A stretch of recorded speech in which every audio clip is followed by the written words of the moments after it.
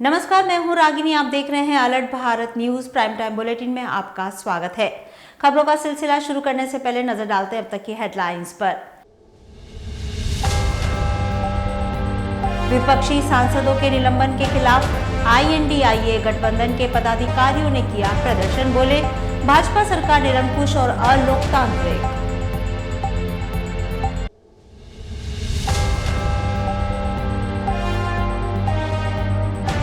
Corona की दस्तक से alert mode में प्रशासन। कोरोना के नए वेरिएंट को लेकर तैयारी में जुटा चिकित्सा विभाग।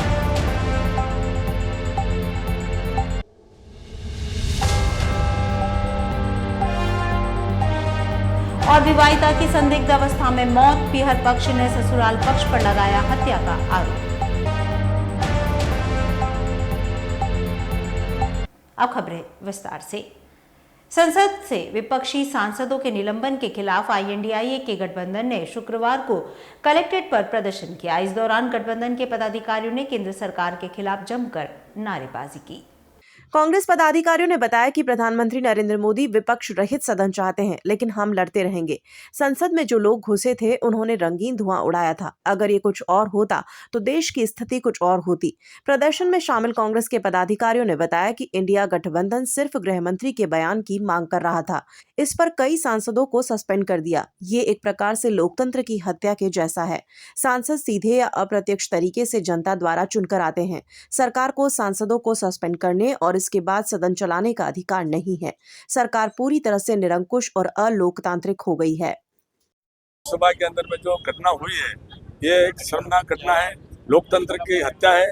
इस तरह से सांसदों का निलंबन करना छोटी सी बात, मुंह अरे ये किस तरह से बोलते हैं। हमारे राहुल गांधी को किस तरह की भाषा का उन्होंने उपयोग किया, लेकिन या तो ये माफी मांगे और फिर हम माफी मांगे। ये कोई इस तरह की मतलब घटना कोई बहुत बड़ा ये इस तरह का इतिहास में पहली बार हुआ है।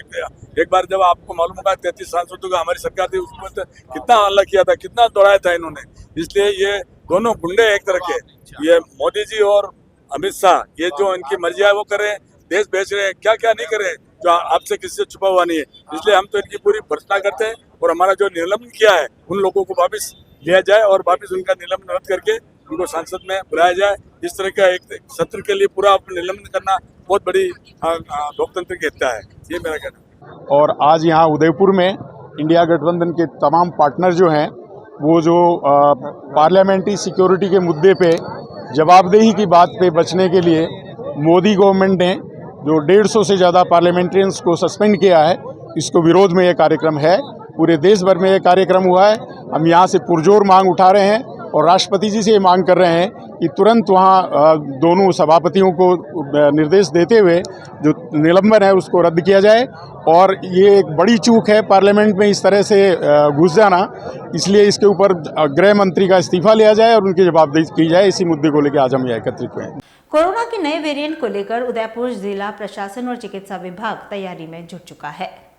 दरअसल देश भर में कोरोना के नए वेरिएंट ने फिर से सरकारों की नींदें उड़ा दी हैं। वर्ष 2019, 2020 और 2021 में कोरोना ने पूरे विश्व में हाहाकार मचाया था। उसके बाद स्थिति सामान्य हुई, लेकिन अब फिर से कोरोना के नए वेरिएंट के मरीज केरल के बाद राजस्थान में सामने आए हैं।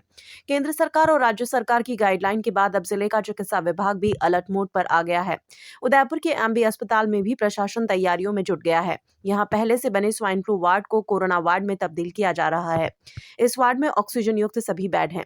अस्पताल अधीक्षक डॉक्टर RL सुमन बताते हैं कि 7 ऑक्सीजन प्लांट हैं, जिससे प्रतिदिन 2400 सिलेंडर ऑक्सीजन उपलब्ध हैं। वहीं सभी बेड ऑक्सीजन युक्त हैं और अस्पताल में लगातार सैंपलिंग जारी है। प्रशासन भी अलर्ट मोड पर है। डॉक्टर RL सुमन ने कहा कि ये वेरिएंट कोई खास नहीं है, इससे कोई डरने वाली बात नहीं है। साथ ही आम लोगों को भी इससे सतर्कता बरतनी होगी। देखिए, हमारे पास जैसे जैसे दिशा निर्देश प्राप्त हुए हैं राज्य सरकार के, अभी हमको एक एहतियात के तौर पर तैयारी करनी है, प्रिपेयर्डनेस की तरह। और बहुत ज़्यादा अभी कोई केसेज यहाँ पे राजस्थान में 4 हैं, बाकी कुछ भारत में केसेज आए हैं, बट वो माइल्ड वैरायटी के केसेज हैं। तो हमको ऐसा डरने की या कोई भी घबराने की ज़रूरत नहीं है। पर हमको कभी भी अनुकूल परिस्थिति के मुताबिक यदि विपरीत परिस्थितियों में जाना पड़े तो हमको अपनी तैयारी पूरी रखनी है। इसके लिए हमको अपना जो बेड क्षमता देखनी है, हमको हमारे ऑक्सीजन प्लांट्स की क्षमता देखनी है, हमारे जो वेंटिलेटर्स हैं वर्किंग जो कंडीशन में है या नहीं है, ऑक्सीजन कंसंट्रेटर्स हैं वो वर्किंग कंडीशन में हैं, इन सबको देखने के लिए हमने इवन मॉक ड्रिल्स भी कर ली गई है इनके द्वारा। अभी जब यहाँ खड़े हैं अपन, ये हमारा एक संक्रामक रोग केंद्र है जिसको हम स्वाइन फ्लू वार्ड भी बोलते हैं, जहाँ से हमने कोविड की भी पहले शुरुआत यहीं से की थी।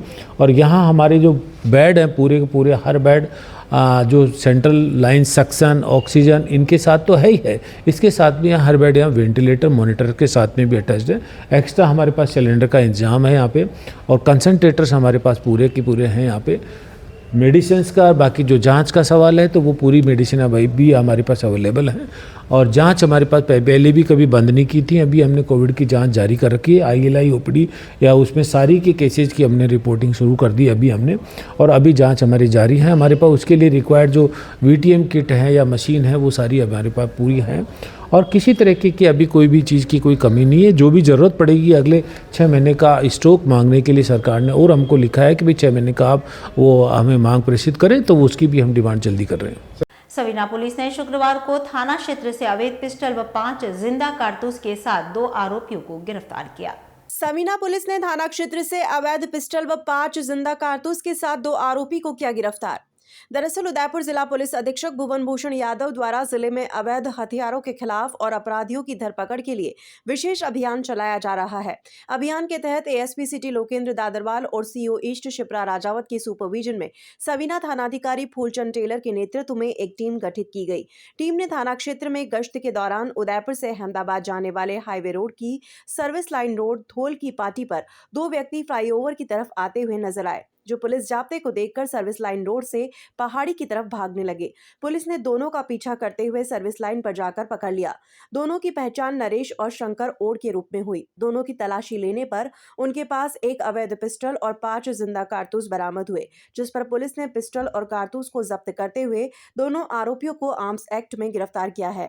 कार्यवाही करने वाली टीम में सवीना थानाधिकारी Phoolchand Tailor, SI Ankit Kumar, ASI Naresh Kumar, head constable Akhileshwar, constable Jitendra Dixit, Vikram Shivlal और राजेश लांबा शामिल रहे। अम्बा माता थाना क्षेत्र में विवाहिता की मौत के बाद पीहर पक्ष ने ससुराल पक्ष पर हत्या का आरोप लगाया है। दरअसल अम्बा माता थाना क्षेत्र में पूजा कुमावत नाम की विवाहिता की मौत होने का मामला सामने आया है, जिसके बाद पीहर पक्ष का आरोप है कि ससुराल में उसके पति राजेश कुमावत और उसके ससुराल वाले आए दिन मृतका से झगड़ा करते थे। विवाहिता के पिता ने बताया कि कल बेटी के पति का फोन आया कि अपनी बेटी को यहां से ले जाओ। उसके कुछ समय बाद फिर से ससुराल से फोन आया कि आपकी बेटी की मौत हो गई। इस पर पीहर पक्ष ने अम्बा माता थाने में ससुराल पक्ष के खिलाफ हत्या का मुकदमा दर्ज कराया है। की 4 साल पहले अम्बा माता थाना में के पास जो थाना लगता है उसके पास में आशाधाम आश्रम वाली गली में शादी कराई थी 4 साल पहले, और उसको रोज़ प्रताड़ित करते थे, बहुत परेशान करते थे। फिर भी हमने समझा बुझा के उसको वापस भेजते हैं, भाई अच्छा नहीं लगता है, रहे तू अलग रहने के लिए बोला तो भी मैंने अलग नहीं होने दिया। मैंने कहा नहीं अच्छा नहीं लगता है। और कल सुबह मेरे पास 9 बजे फ़ोन आया कि तुम्हारी बेटी को मेरे नहीं रखना है और तुम ले जाओ। तो मैंने कहा मैं लेने आ रहा हूँ। फिर फ़ोन आया तुम मेरे यहाँ आना मत, मैं आ रहा हूँ, कागज़ तैयार रखो और मेरे को तो तलाक चाहिए। और उसके आधे घंटे बाद फ़ोन आया कि वो तो रही नहीं। बीच में सास ससुर ने लड़ाई करने की आवाज़ आ रही थी और जमाई कह रहा मैं कुछ भी कर सकता हूँ तुम्हारी बेटी के साथ, और उसके बाद उसको मार दिया गया। अब आप आगे क्या आगे मेरे को न्याय चाहिए, मेरे को आज इनको सज़ा मिलनी चाहिए सबको। मुकदमा दर्ज करा दिया मैंने अम्बा माता थाने में। हाँ, सास ससुर ने सब परेशान करते थे और जमाई भी करता था, मारा भी था इसको। प्रेग्नेंट थी उस समय भी मारा, और अभी भी बार बार घर से निकाल दी। फिर भी मैंने वापस समझा बुझा के इनके वापस भेजी। मैंने कहा अच्छा नहीं लगता है। और ये कल तो ये इन्होंने कर ही दिया, जबकि मैं वहाँ से निकल ही रहा था मंदसौर से, मैं लेने आ रहा हूँ, तो उससे पहले आधे घंटे में तो इन्होंने काम ख़त्म कर दिया, मार ही दी उसको। और वो मुँह पे कह रही कि मेरा क्या होगा, मेरी छोरी का क्या होगा। तो रोते रोते उसको मारी, तो वो रो रो के बता रही थी। मैंने कहा तू बस रुक, मैं आ ही रहा हूँ। और उसके ठीक बाद कह दिया वो तो मर गई। तो इतनी देर में कोई मर नहीं सकती, मारी जब ही मरी है। और वो पेशेंट थी, हार्ट पेशेंट थी, उसको परेशान इतना करा तो वो मरना ही था, उसको क्या करेगी। श्री योग वेदांत सेवा समिति ने मोक्षदा एकादशी पर शुक्रवार को कलेक्ट्रेट में SP सहित अधिकारियों को भगवत गीता व तुलसी के पौधे बांटे। समिति की प्रवक्ता रिंकू दीदी ने बताया कि पूज्य संत आशाराम बापू की पावन प्रेरणा से पूरे विश्व भर में मोक्षदा एकादशी को गीता जयंती और 25 दिसंबर को तुलसी पूजन दिवस मनाया जाता है। पाश्चात्य संस्कृति के दुष्प्रभाव से युवा पीढ़ी को बचाने के लिए आसाराम बापू ने इस पावन पर्व का शंखनाद वर्ष 2011 में किया था, जो आज एक विशाल रूप ले चुका है। इस दौरान सभी ने 25 दिसंबर को तुलसी पूजन दिवस मनाने का संकल्प लिया तथा सभी को तुलसी पूजन मनाने का संदेश दिया। इसी कड़ी में समिति द्वारा आज कलेक्ट्रेट परिसर में एसपी भुवन भूषण यादव सहित अधिकारियों को भगवत गीता जयंती एवं तुलसी पूजन दिवस का महत्व बताकर भगवत गीता एवं तुलसी के पौधे भेंट किए गए। रिंकू दीदी ने बताया कि गीता एकमात्र ऐसा ग्रंथ है जिनकी जयंती मनाई जाती है। आज 22 दिसंबर 2023 को श्रीमद् भगवद गीता जयंती है। श्रीमद् भगवद गीता एक ऐसा ग्रंथ है जिसकी जयंती मनाई जाती है और लगभग सभी भाषाओं में श्रीमद् भगवद गीता का अनुवाद हुआ है। इसी उद्देश्य से संत श्री आशाराम जी बापू द्वारा प्रेरित महिला उत्थान मंडल की ओर से यहाँ कलेक्ट्री में सभी अधिकारियों को श्रीमद् भगवद गीता भेंट स्वरूप प्रदान की गई है। इसी के अलावा बापू जी का उद्देश्य है कि 25 दिसंबर को तुलसी पूजन दिवस मनाया जाए और ये उनका जो उद्देश्य है ये पूरे विश्व भर में फैल रहा है। पूरे विश्व भर में 25 दिसंबर को तुलसी पूजन दिवस मनाया जा रहा है। इसी उद्देश्य से यहाँ अधिकारियों के हमने तुलसी के पौधे भी भेंट स्वरूप प्रदान किए गए हैं। पूज्य गुरुदेव को बिना किसी सबूत के, बिना किसी आरोप के सिद्ध हुए जेल में रखा गया है, जो कि एक बहुत ही शर्मनाक बात है। बापूजी के देवी कार्य पूरे विश्व भर में फैल रहे हैं। उनके पूरा जीवन उन्होंने मानव कल्याण के लिए लगा दिया।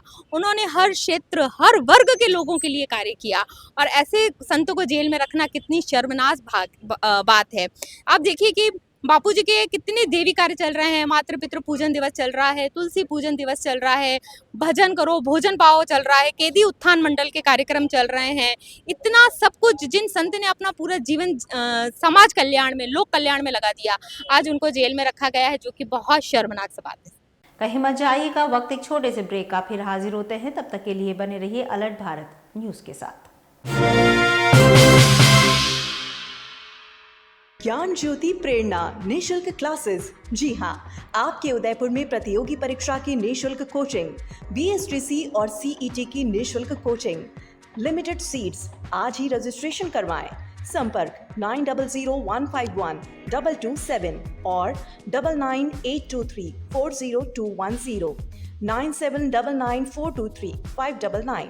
तो आज ही आए राजदेव बीएच कॉलेज, बाल शिक्षा सदन, राता खेत, रामपुरा चौराहे के पहले, उदयपुर। डॉक्टर आत्रे नेत्र चिकित्सालय पिछले 24 वर्षों से डॉक्टर जेपी आत्रे के नेतृत्व में एक ऐसा संस्थान जो देता है आंखों की कंप्यूटर एवं अत्याधुनिक मशीनों द्वारा जांच एवं नंबर निकालने की सुविधा, मोतियाबिंद के ऑपरेशन के बाद मोटे चश्मे से मुक्ति, intra ocular lens, eco roll computer USA द्वारा fitting, contact lens hard, soft eco roll computer द्वारा फिटिंग, काला पानी, मोतियाबिंद, नाखूना, नासूर आदि के ऑपरेशन माइक्रो सर्जरी द्वारा, निकॉन एंड जापान, जर्मनी द्वारा आयातित फेको मशीन द्वारा मोतियाबिंद का बिना टाके वाला ऑपरेशन, नेत्र बैंक एवं पुतली प्रत्यारोपण सुविधा, भैंगापन का कसरत एवं शल्य क्रिया द्वारा इलाज, 24 घंटे भर्ती सुविधा, माइनस के नंबर का चश्मा उतारने का ऑपरेशन, आरके एंड लेजिक, अति आधुनिक वातानुकूलित परामर्श कक्ष एवं ऑपरेशन कक्ष। परामर्श समय प्रातः 9 से दोपहर 2 बजे तक, दोपहर 4 से सायं 7 बजे तक, रविवार पूर्ण अवकाश। संपर्क डॉक्टर आत्रे नेत्र चिकित्सालय, 1920 प्रथम मंजिल, town hall, link road, corporation bank के पास, Udaipur, Rajasthan. College 256160, mobile number 9829041330। Break के बाद आपका स्वागत है। गुरुवार देर रात को सूरजपुर थाना क्षेत्र में अज्ञात वाहन की चपेट में आने से एक युवक की मौत हो गई। शुक्रवार को एमबी हॉस्पिटल की मोर्चरी में शव का पोस्टमार्टम करवा परिजनों को सौंप दिया गया। दरअसल सूरजपुर थाना क्षेत्र में बीती रात करीब 10:30 बजे कादिर नामक एक युवक उदयापुल से अपने घर बीड़ा खांजीपीर जा रहा था। तभी अज्ञात वाहन ने कादिर को चपेट में ले लिया। हादसे के बाद मौके पर मौजूद लोग घायल अवस्था में कादिर को इलाज के लिए एमबी हॉस्पिटल लेकर गए, जहां इलाज के दौरान उसने दम तोड़ दिया। वहीं शुक्रवार सुबह शव परिजनों की रिपोर्ट के आधार पर पुलिस ने एमबी हॉस्पिटल की मोर्चरी में रखवाया और पोस्टमार्टम करवाने के बाद शव को परिजनों को सुपुर्द कर दिया। वहीं रिपोर्ट के आधार पर पुलिस अज्ञात वाहन की तलाश में जुट चुकी है। अम्बा माता पुलिस ने हिस्ट्री शीटर नरेश को पिस्टल बेचने वाले आरोपी को बीकानेर से गिरफ्तार किया है, जिसे शुक्रवार को कोर्ट में पेश किया गया। दरअसल उदयपुर शहर की अम्बा माता थाना पुलिस ने बीती 15 दिसंबर को हरिजन बस्ती निवासी नरेश हरिजन को 7 बदमाशों के साथ गिरफ्तार किया था। वो अपने पुराने दुश्मन प्रवीण वसीटा की हत्या करने के इरादे से घूम रहा था। पुलिस ने बदमाशों के कब्जे से 6 अवैध पिस्टल, 7 मैगजीन, 19 जिंदा कारतूस, 2 चाकू, मिर्ची पाउडर और एसयूवी गाड़ी जब्त की थी। वहीं गुरुवार को पुलिस नरेश हरिजन को पिस्टल बेचने वाले बीकानेर के हिस्ट्री शीटर सुखदेव उर्फ सूखा को बीकानेर से गिरफ्तार किया है। अम्बा माता थानाधिकारी डॉक्टर हनुमंत सिंह ने बताया कि सुखदेव और नरेश करीब 4 साल पहले बीकानेर में एक शादी समारोह में मिले थे और यहीं इनके बीच दोस्ती हुई थी। सुखदेव भी हिस्ट्री शीटर है। नरेश 2019 में जेल से छूटा था और उसे जान का खतरा था। ऐसे में जेल से छूटने के बाद सुखदेव से संपर्क किया और बीकानेर गया, जहां सुखदेव ने उसे 90,000 रुपए में 3 पिस्टल और 12 कारतूस बेचे, जिस पर अम्बा माता पुलिस सुखदेव को गुरुवार को बीकानेर से पकड़कर लाई, जिसे शुक्रवार को कोर्ट में पेश किया गया। कानूर पुलिस ने केरपुरा स्थित धूणी माता मंदिर में मारपीट कर दान पात्र चोरी करने वाले 2 आरोपियों को गिरफ्तार किया है, जिन्हें शुक्रवार को कोर्ट में पेश किया गया। दरअसल बीती 10 अगस्त की रात करीबन 11 बजे कानौर थाना क्षेत्र के केरपुरा स्थित धूणी माता मंदिर में सो रहे रकमा रावत, सुरेश रावत, वजीराम रावत के साथ 4 से 5 व्यक्तियों द्वारा मारपीट कर माताजी का भंडार चोरी कर ले गए, जिस पर पुलिस ने अज्ञात बदमाशों के खिलाफ मामला दर्ज कर जांच शुरू की। मामले की गंभीरता को देखते हुए जिला पुलिस अधीक्षक भुवन भूषण ने आरोपियों की तुरंत गिरफ्तारियों के निर्देश दिए, जिस पर एएसपी ग्रामीण डॉक्टर प्रियंका और सीओ वल्लभनगर रविंद्र प्रताप सिंह के सुपरविजन में एक टीम गठित की गई। मामले में टीम ने पूर्व में एक आरोपी कानाराम मीणा को गिरफ्तार किया था। वहीं तकनीकी और मुखबिर की सूचना के आधार पर टीम ने गुरुवार को मामले में फरार चल रहे आरोपियों प्रकाश मीणा और तेजाराम मीणा को गिरफ्तार किया है। आरोपियों को पकड़ने में थानाधिकारी मनीष कुमार, एएसआई लालूराम, कांस्टेबल जालिम सिंह, दशरथ, सुनील वर्मा, प्रकाश, चेतन प्रकाश और सुनील दत्त शामिल रहे। रतनपुर बॉर्डर से बिछीवाड़ा के बीच आरटीओ कर्मचारियों द्वारा एक ट्रक ड्राइवर से मारपीट करने का वीडियो सामने आया है। दरअसल रतनपुर बॉर्डर से बिछीवाड़ा के बीच खड़े आरटीओ कर्मचारियों द्वारा ट्रक ड्राइवर के साथ मारपीट का एक वीडियो सोशल मीडिया पर जमकर वायरल हो रहा है। जानकारी के अनुसार रतनपुर बॉर्डर से बिछीवाड़ा के बीच खड़े आरटीओ कर्मचारियों द्वारा ड्राइवर से अवैध वसूली के नाम पर रुपए मांगे जा रहे थे। रुपए नहीं देने पर ड्राइवर पर लठ से मारपीट कर वसूली करते हुए आरटीओ के कर्मचारी नजर आ रहे हैं। हालांकि ये वीडियो कब का है और कहां का है इसकी पुष्टि नहीं हो पाई है, लेकिन सोशल मीडिया पर वीडियो के साथ एक मैसेज वायरल हो रहा है, जिसमें बताया गया है कि रतनपुर बॉर्डर से बिछीवाड़ा के बीच खड़े आरटीओ द्वारा ड्राइवर से अवैध वसूली के नाम पर 3,000 रुपए मांगे गए थे। नहीं देने पर आरटीओ के कर्मचारी ड्राइवर पर लठ से मारपीट कर रहे थे। नेशनल हाईवे 48 के बीच स्थित कागदर नहर कंटेनर में भरे सामान के ऊपरी हिस्से के टकराने से हुई क्षतिग्रस्त, लाखों लीटर पानी बहा। दरअसल उदयपुर अहमदाबाद नेशनल हाईवे 48 के बीच कागदर नहर कंटेनर में भरे सामान के ऊपरी हिस्से के लगने से क्षतिग्रस्त हो गई। जानकारी के अनुसार खेरवाड़ा से उदयपुर की ओर जा रहे कंटेनर में भरे सामान के ऊपरी हिस्से के लगने से कागदर नहर की दीवार क्षतिग्रस्त हो गई।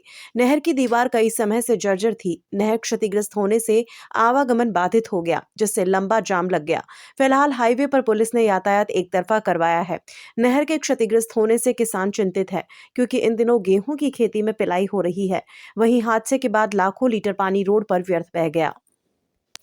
तो दीजिए इजाजत। रागिनी को और खबरों के लिए देखते रहिए अलर्ट भारत न्यूज। नमस्कार। राजस्थान जाना जाता है अपनी शुद्ध मेहमान नवाजी और राजस्थानी ठाट के लिए। उसी शुद्धता का प्रतीक वैदेही फूड प्लाजा, जहां सब डिशेस बनी होती है शुद्ध मूंगफली तेल से और सब मिठाइयाँ शुद्ध देसी घी से। उदयपुर की गलियों में घूमना भी है और खाने का लुत्फ भी उठाना है, तो इधर उधर नहीं, सिर्फ वैदेही फूड प्लाजा ही आना है। Welcome back to Udaipur uncle. चलिए घर चलते हैं। अरे घर जाने से पहले वैदेही फूड प्लाजा चलो, इतने दिन हो गए वो स्वाद भूल ही नहीं पाया। Vaidehi food plaza, Ayurved circle, Rana ji चौराया।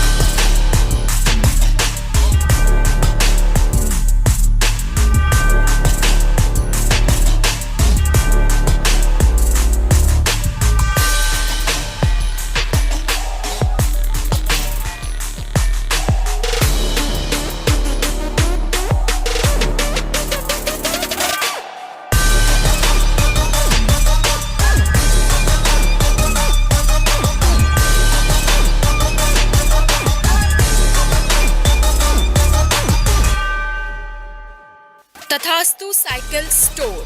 Address F12 opposite Income Tax Office, Subsidy Center, Udaipur.